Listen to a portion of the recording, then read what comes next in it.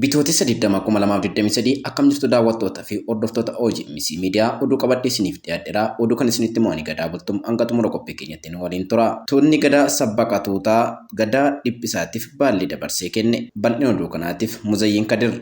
Tuutni gadaa sabbaqa tuuta gadaa dhiphisiitiif baalli dabarsee kennee jira. Sirni wal harkaa fuudhinsa baalli kunis gurraan dhala 28 irraa eegalee sirna garagaraan ardaa jilaa odaa bultum jalatti gaggeeffamee ture. Har'a sirnoota adda addaatiin dabaalamee bifa miidhagee fi hawwataa ta'een gaggeeffamee jira.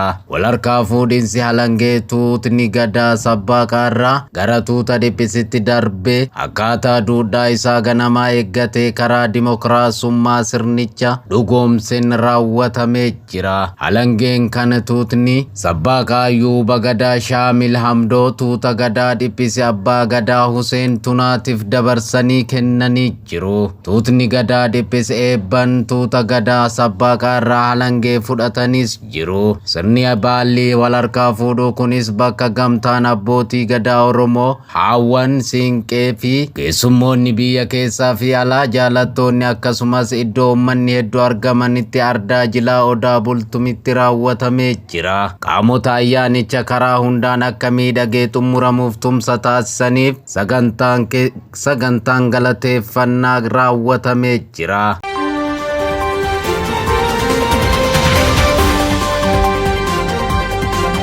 Yuunivarsiitii Dambidollootti teekinooloojii diroonii haaraa kalaquun yaalii balaliisuuf milkiin xumuramee jira. Dabalata qabna. Yuunivarsiitii Dambidollootti teekinooloojiin diroonii haaraa kalaquun yaaliin balaliisuu milkiin xumuramee jira. Yaaliin balaliisuu diroonota haaraa gosoota garaagaraa Yuunivarsiitii Dambidollootti giddugala STEM keessatti barsiisaa Amanuel Baalchaa fi garee isaa waliin ta'uun hojjetamee balali'aa milkaa'aa ta'een mooraa yuunivarsiitichaa keessatti taasifamee tureen milkiin xumuramee jira. Dirooniiwwan kunneen ergaa yookaan Google Hybrid Map irratti Mission Planner Software jedhamuun irratti ergaa bakka barbaannee fi fageenya hanga kiiloomeetira 2.5 irratti ergaa hojjechuufidhaan balaliisuu kan danda'amudha jedhamee jira. Dabalataan hojii garaagaraa kanneen akka keemikaala facaasuu yookaan public announce PA drone sagalee guddisee kan baasu beeksisa garaagaraa ittiin himuuf kan fayyadu waraqaa beeksisaa kan cidhaa akkasumas waamichaa fi kan biroo samii irratti facaasuuf kan fayyadu alaabaa fi beeksisoota ittiin fannisuudhaan samii irratti kan agarsiisu akkasuma abidda dhaamsuuf kan fayyadu paarushiitiin fayyadamuun ergaa xixiqqoo suuta samiirraa kan buusuu fi hojii dabalataa illee hojjechuuf kan fayyadudha jedhame. Kana malees gosoonni diroonota kanaa diroonii baay'ee ammayyaa ta'ee fi addunyaan amma itti fayyadamaa jirtu keessaa isa tokkodha jedhame. Yeroo waggaa tokko hin caalle keessatti diroonota gosa garaagaraa 15 ol hojjetamuun yaalii balaliisaa haala gaariidhaan xumuramuunis himamee jira.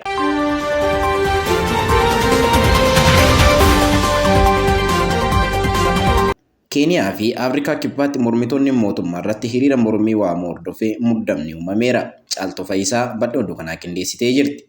Hiriira mormii Keeniyaa fi Afrikaa kibbaatti mormitoonni mootummaa waamaniin magaalota biyyoota lameenii keessatti muddamni cimaan uumamee jira. Mormii uummataa mormitoonni waaman kanaan hiriirtotaa fi qaamolee nageenya mootummaa gidduutti walitti bu'iinsi uumamuu mala sodaa jedhuun jiraattonni fi dhaabbileen sochii isaanii idilee dhaabuun waan mudachuu malu xiyyeeffannaan eegaa jiru.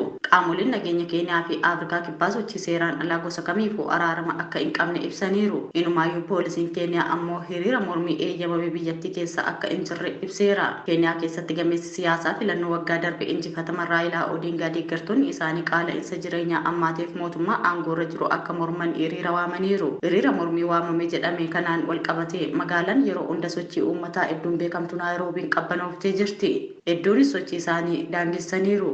Akka miidiyaaleen Keeniyaa gabaasaa jiranitti magaalaa Naayiroobiitti keessattuu iddoowwan waajjiraaleen mootummaa ijoo ta'anitti qaamoleen nageenya mootummaa baay'inaan bobba'anii jiru. Raayilaa Odingaa torbee darberraa eegalanii pirezidaantii Wiiliyaam Ruutoo fi mootummaa isaanii irratti uummanni mormii akka gaggeessu waamicha dhiyeessaa turan. Keeniyaa keessatti qaala'insi jireenyaa akka yaaddessaa ta'uu fi mootummaan aangoorra jiru seeraan ala jechuun mormuuf Raayilaa Odingaa kan irratti hiriira waaman. Hiriirtonni gara waajjira pirezidaantii biyyattii imaluun morkii dhageessu geessisu jedhamee ture. Poolisiin garuu hiriirri mormii eeyyamame akka hin jirree fi nama gara iddoo dhorkametti imalee argame hundarratti tarkaanfii akka fudhatu akeekkachiiseera. Jaarmiyaaleen daldala magaalaa Naayiroobii keessatti argaman ammoo hiriirri waamame kun dinagdee keenya gufachiisa jechuun hiriira waamame kana mormuun hiriira biraa waamanii turan. Poolisiin immoo hiriirri gosa kamiyyuu akka hin gaggeeffamneef eeyyama kan hin kennine ta'uu ibseera. Afrikaa Kibbaattis har'a hiriirri mormii mootummaa aangoorra jiru fonqolchuu kaayeffate jedhamee waamameera. Kana hordofuun mootummaan qaamolee nageenyaa kumaatamaan lakkaa'aman misoomaawwan bu'uuraa akka tiksaniif jedhee bobbaaseera. Hiriira kana kan waame paartii mormituu Economic Freedom Fighters paartii jedhamudha. Lammiileen biyyattii manaa ba'uu lagachuun guutummaa biyyattii sochiidhaan ala akka ta'u gochuuf dhaameera paartiin kun akkaataa pirezidaantii Siiriil Raamaaphoosaa dinagdee biyyattii itti qabaa jiran lammiilee rakkoo hamaa keessa galchaa jira jechuun mormii kana waame. Lammiileen Afrikaa Kibbaa sababa qaala'insa jireenyaa, hojii dhabdummaa, malaammaltummaa fi ibsaan irra deddeebiin adda ciccituun guddoo mufatanii jiru. Mormii Keeniyaa fi Afrikaa Kibbaatti wixataa har'aa bitootessa 2023 waamamee wal qabatee iddoowwan murteessoo ta'an keessatti sochiin uummataa akkaan hir'ateera. Dhaabbileen gurguddoo waajjiraalee isaanii cufaniiru. Daandiin qilleensa Keeniyaa nageenya hojjettootaa fi maamiltoota isaaf jecha biiroolee tikkeetti gurguran hunda cufuu ibseera.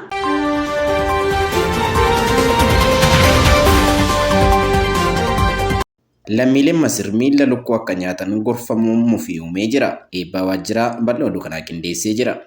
Masrii keessatti qaala'insi jireenyaa guddoo dabalee dinagdeen biyyattii akka harraafamurraan kan ka'e maatiin waan ijoollee isaanii soorata dhabanii dhiphatu. Tibbana ogeeyyiin sirna nyaataa namoonni lukaan daanqoo kan duraan saree fi adurreef kennamaa ture bilcheessanii akka nyaatan gorsaniiru. Gorsi kun hawaasa keessatti mufii guddaa kaasee mootummaanis kanaan baay'ee qeeqameera. Masriin erga ji'a bitooteessaa kanaan qaala'insa jireenyaa 30% caaleen raafamaa jirti. Namoonni hedduun soorata duraan guyyuu bitatanii itti fayyadaman kanneen akka zayita nyaataa fi hariiraa bitachuu dadhabaniiru. Meeshaalee gariin gatiin isaanii ji'a tokko keessatti dachaadhaan yookiin dachaa 3 dabale.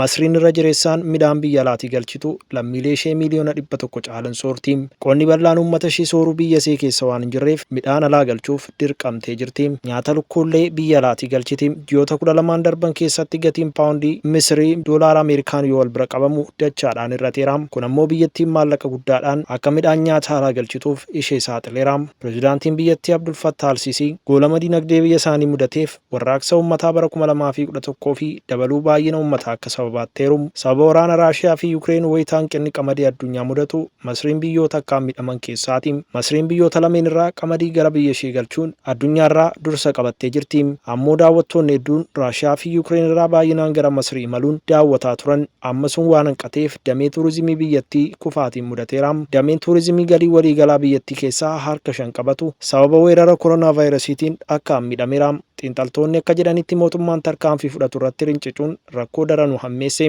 Xiinxalaa imaammata biyyoota bahaa giddu galeessaa kan ta'e Timootii Kaaldaas erga pireezidaantii Al-Siisiin aangoo qabatee as carraan mootummaan humni waraanaa, humni basaasaa fi tikaa aangoo olaantummaan dhuunfatanii dhiibbaa guddaa gochaa jiru jedhe. Dhaabbilee gurguddoon harka mootummaa aangoo irra jiru jira. Olaantummaan humna waraanaatu hoggana jedha xiinxalaan kun. Kanarraa ka'uun dameen investimentii dhuunfaa akkaan dadhabeera. Kun ammoo biyyattii qaala'insa jireenyaa amma mudateef kanaaf saaxile jedhe. Biyyoonni galoo galaanaa kunneen kan akka Saudi Arabiyaa kubbaaniyyaawwan mootummaa hedduu bituun irratti hojjetanii biyyattii bayyanachiisuuf yaalaa jiru. Garuu akka garaa isaaniitti harka bal'ifatanii hojii investimentii hojjechuu hin dandeenye. Biyyoonni lixaa fi biyyoonni galoo galaanaa biyyi bahaa giddu galeessaa keessatti uummata hedduu qabaachuun beekamtu kun dinagdeedhaan kufuu isheetti yaaddoo ibsaa jiru. Duraanis biyyattii keessatti madda hokkoraa ta'ee pireezidaantii Husni Mubaarak aangoorraa kan buuse goolama dinagdeetiin. Ammas qaala'insi jireenyaa uummata mufachiise gara sanatti geessuuf mallattooleen tokko tokko mul'achaa jiru.